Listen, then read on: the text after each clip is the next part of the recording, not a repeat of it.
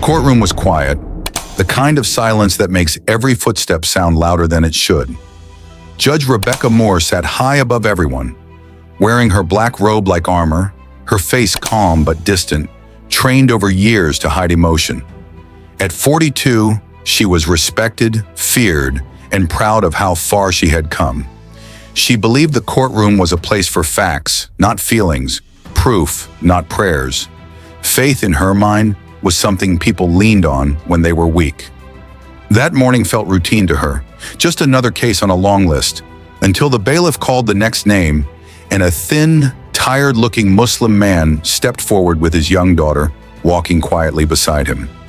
The man's name was Hassan Ali. He worked as a night cleaner at a shopping mall. He had been accused of theft, accused without solid evidence, accused because someone needed a quick answer. He stood straight but humble, hands folded, eyes lowered in respect. His daughter, no older than 12, wore a simple hijab that was slightly too big for her small face. She didn't speak. She didn't cry. She just held her father's sleeve tightly, as if the world could fall apart without him. Judge Moore noticed the hijab immediately. She didn't mean to, but her eyes lingered on it longer than necessary. She had seen many like this on the news, always connected to trouble, always framed as a problem. Her voice was firm when she spoke, sharp with authority, asking Hassan questions he barely had the English to answer properly. His lawyer tried to explain, but the judge's patience was thin. Every pause, every broken sentence seemed to confirm her inner judgment that this man did not belong in her courtroom, that he did not understand how things worked here. When she asked him where he was during the time of the theft, he answered honestly, explaining his shift hours, his routine, his prayers during breaks. The word prayer made something tighten inside her. She interrupted him, telling him to stick to facts, not beliefs. Hassan nodded apologetically. He did not argue. He did not raise his voice. Instead, he whispered something under his breath. The judge assumed it was an excuse. In reality, it was a dua. The prosecutor pushed hard, presenting weak circumstantial evidence, security footage that barely showed a figure resembling Hassan's build. Judge Moore leaned forward, already forming her conclusion. She glanced again at the daughter. The girl's eyes met hers for just a second. There was no fear in them, no anger either, only a quiet sadness and a strange calm that unsettled the judge in a way she could not explain. The girl did not beg. She did not react when harsh words were spoken about her father. She simply stood there, lips moving silently, as if she was speaking to someone only she could hear. Judge Moore cleared her throat, annoyed at herself for feeling distracted. She reminded herself that justice was blind, that emotion had no place here. Yet when she announced that the case would proceed toward a guilty ruling unless stronger defense emerged, something shifted inside the room. Hassan closed his eyes briefly, accepting whatever was written for him. His daughter squeezed his hand tighter, whispering softly, "Allah is enough." The words were not meant for the judge, but they reached her anyway. She banged the gavel, ending the session abruptly, telling herself she felt nothing, that this was just another case. But as she stood up and walked back to her chambers, the image of that silent girl, her steady faith, and those strange words followed her like a shadow she could not shake. That night, Judge Rebecca Moore sat alone in her apartment, the city lights outside her window flickering like distant stars she no longer noticed. Normally, after court, she felt relief. Power gave her peace. Control gave her sleep. But not tonight.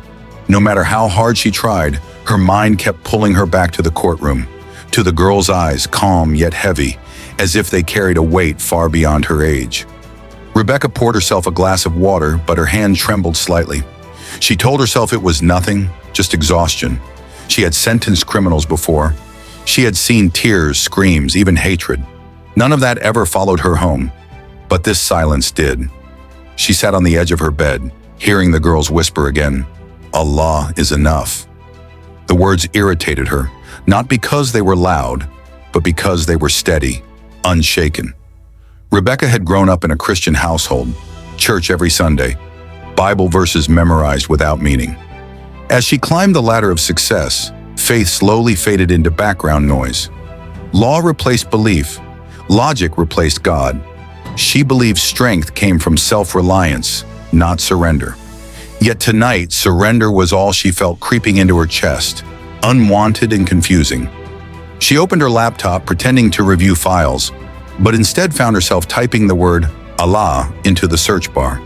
She stopped, closed it, embarrassed even though no one was watching. She laughed quietly at herself, whispering, "Get a grip," but the feeling wouldn't leave.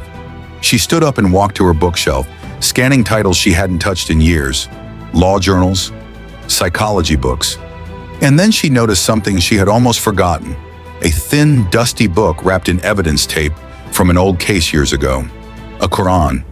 It had been submitted once as part of a religious dispute and never claimed back. She had meant to donate it, but it stayed there untouched. She hesitated, fingers hovering, then pulled it out slowly. The cover was simple. No gold, no drama. She told herself she was just curious, just trying to understand the people who stood before her court. She opened it randomly. Her eyes landed on a verse about justice, about standing firm even against yourself, about not letting hatred or bias lead you away from fairness. Her breath caught. She read it again, then again. It felt as if the words were not printed, but spoken directly to her. She felt heat behind her eyes, quickly blinking it away. Judges don't cry, she reminded herself.